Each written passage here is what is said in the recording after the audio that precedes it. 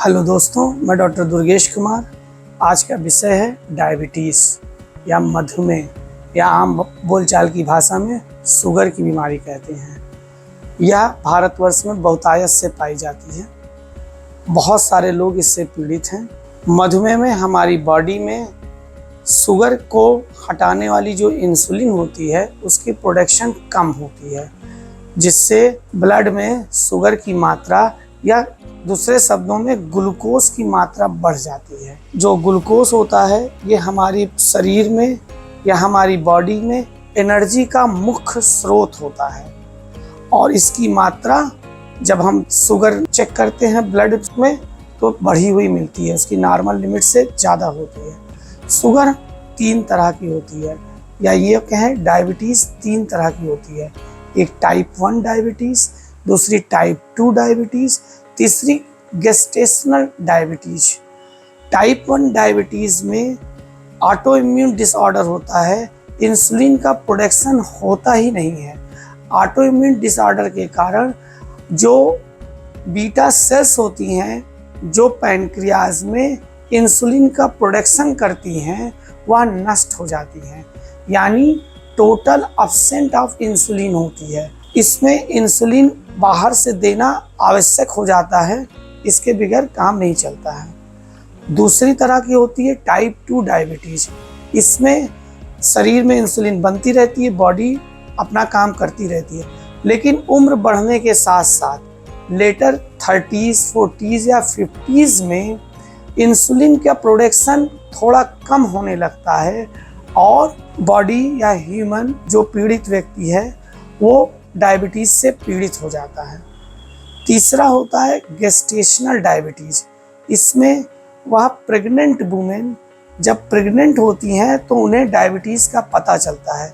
जैसे ही pregnancy over होती है, यानी बेबी डिलीवर होता है या डायबिटीज़ ख़त्म हो जाती है, नॉर्मल हो जाता है, ब्लड शुगर लेवल नॉर्मल हो जाता है। लेकिन यह महिला या जो लेडी है यह रिस्क में रहती है टाइप 2 डायबिटीज़ की, यानी इसके टाइप 2 डायबिटीज़ होने की संभावनाएं ज़्यादा होती हैं। टाइप 1 डायबिटीज़ पहले बताया गया है, इसके जो कारण है यह एक ऑटो इम्यून डिसऑर्डर है, तो यह बिना इंसुलिन के ठीक नहीं होता है और इंसुलिन की रिक्वायरमेंट हमेशा इसी होती है क्योंकि बॉडी इंसुलिन का प्रोडक्शन नहीं करती है। टाइप 2 डायबिटीज जिसे सामान्यतः जिसे शुगर की बीमारी जिन लोगों को कही जाती है उसका रिलेशन टाइप 2 डायबिटीज से ही है। टाइप 2 डायबिटीज में व्यक्ति शुरू में शुगर से पीड़ित नहीं होता, लेकिन जैसे जैसे उम्र बढ़ती है 30s, 40s या 50s में पहुंचता है तो शुगर ब्लड में की मात्रा बढ़ जाती है और उसमें कुछ लक्षण दिखने लगते हैं। जो सबसे पहला लक्षण होता है जिन्हें 3P से कहा जाता है। सबसे पहला होता है पॉलीयूरिया, यानी यूरिन की मात्रा बढ़ जाती है। जैसे कि नॉर्मल व्यक्ति रात को 1 या 2 बार यूरिन करता है, लेकिन शुगर से पीड़ित व्यक्ति रात को 5 से 6 बार यूरिन जाता है, तो यूरिन की मात्रा बढ़ जाती है। जब यूरिन की मात्रा बढ़ जाती है तो थर्स्ट की मात्रा बढ़ जाती है, यानी उसे बहुत प्यास लगने लगती है। तीसरा कारण होता है या लक्षण जो दिखते हैं वह होता है उसे फिर भूख भी बहुत लगने लगती है। ये 3 लक्षण शुरुआत में मिलते हैं। जिनको ये लक्षण दिखे उन्हें अपनी शुगर की जांच करा लेनी चाहिए। अगला लक्षण होता है फैटीग, उन्हें आलस आता है, कमजोरी लगती है और कुछ काम करने का मन नहीं करता। और एक और बहुत बड़ा कारण होता है कंसंट्रेट नहीं होता माइंड, किसी काम में मन नहीं लगता, तो इनएबिलिटी टू कंसंट्रेट हो जाता है। ये मुख्यतः सिम्टम्स मिलते हैं। अब डायबिटीज किन लोगों को हो सकता है, इसके पीछे के कारण क्या क्या है। सर्वप्रथम फैमिली हिस्ट्री को जरूर देखें। अगर आपकी फैमिली हिस्ट्री में शुगर की बीमारी है, माँ को, बाप को, पिताजी को, भाई को, बहनों को, तो आप अपने को स्क्रीन अवश्य करें, मॉनिटर अवश्य करें। दूसरी चीज़, जो आजकल की सीडेंट्री लाइफस्टाइल है, आराम तलब का जीवन है, यह भी इसके लिए बहुत बड़ा कारण। तीसरा, स्ट्रेस, काफ़ी स्ट्रेस में रहने वाले लोगों को भी शुगर की संभावनाएं बढ़ जाती हैं। एक और चीज़ होती है, किन्हीं कारणों से आपको किसी बीमारी में स्टेरॉयड की थेरेपी चल रही हो, तो एक टर्म होता है स्टेरॉयड इंड्यूस्ड डायबिटीज़, तो भी आपके ब्लड में शुगर की मात्रा बढ़ जाएगी। यानी अगर आप स्टेरॉयड का सेवन कर रहे हैं लंबे समय से, तो आपके शुगर होने की संभावनाएं ज़्यादा होंगी। अब इसको बचें कैसे, इनसे बचने के क्या तरीके हैं? सर्वप्रथम तो अपने स्ट्रेस लेवल को कम करें। दूसरी, बॉडी एक्टिविटी को बढ़ाएं, यानी एक्सरसाइज करें। एक्सरसाइज में 30 से 40 मिनट तक की एक्सरसाइज अगर आप डेली करते हैं तो शुगर को काफ़ी हद तक कंट्रोल कर सकते हैं। अगला आता है डाइट। डाइट में बेसिक रूल है लो carbohydrate, low fat, high protein और हाई फाइबर डाइट होनी चाहिए। अगर आप कार्बोहाइड्रेट्स भी ले रहे हैं तो कॉम्प्लेक्स कार्बोहाइड्रेट्स का सेवन करें। डाइट में एक ग्लाइसेमिक इंडेक्स भी आता है, उसे अगले किसी एपिसोड में बताएंगे। इनका भी ध्यान रखते हैं। अब जिनको हो गया इन्हें पहचाने कैसे? सिंपल सा टेस्ट होता है। एक फास्टिंग पीपी कराइए ब्लड शुगर, दूसरा एक पीपी आफ्टर 2 आवर डाइट के शुगर का टेस्ट कराइए। अगर फास्टिंग वाले में बिलो 100 रहता है तो आप नॉर्मल हैं, उसके ऊपर है तो आपको शुगर की समस्या है। इसी तरह खाने के बाद जो पीपी है वो बिलो 140 होना चाहिए। एक अन्य टेस्ट होता है जिसे स्क्रीन टेस्ट कहते हैं और अच्छा टेस्ट है HbA1c, जो 3 महीने की लगभग प्रोफाइल देता है।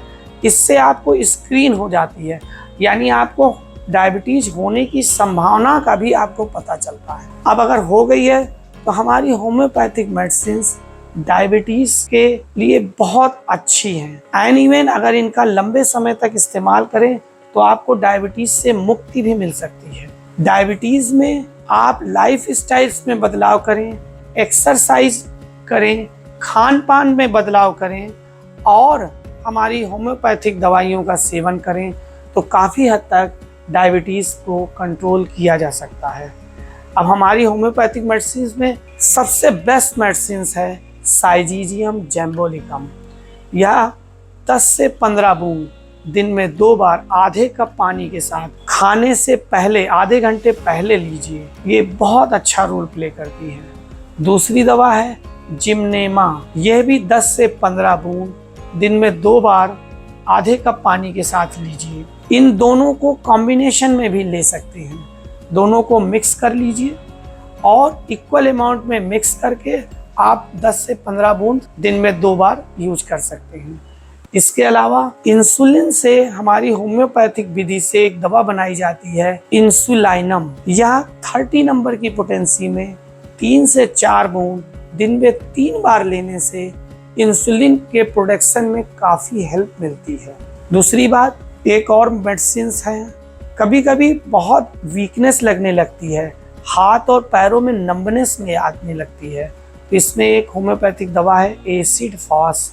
ये 30 नंबर की पोटेंसी में 3 से 4 बूंद अगर आप दिन में 3 से 4 बार इस्तेमाल करते हैं तो ना सिर्फ ये इंसुलिन को कम करती बढ़ाती है, ब्लड को शुगर को कम करती है, बल्कि जो उसके सिम्टम्स हैं वीकनेस और जो नंबनेस आती है उसको भी ठीक करती है। इन सभी दवाइयों को कॉम्बिनेशन में भी ले सकते हैं, यानी इस साथ में भी इस्तेमाल करी जा सकती है। अब कुछ दवाइयाँ कॉम्बिनेशन में भी आती हैं जो बाज़ार में अवेलेबल है, बनी बनाई पैक है। उसमें सर्वप्रथम है एक बायोकेमिक है, बायोकेमिक 7 नंबर। यह 4-4 गोली 3 नंबर में बिल्कुल सेफ मेडिसिन है।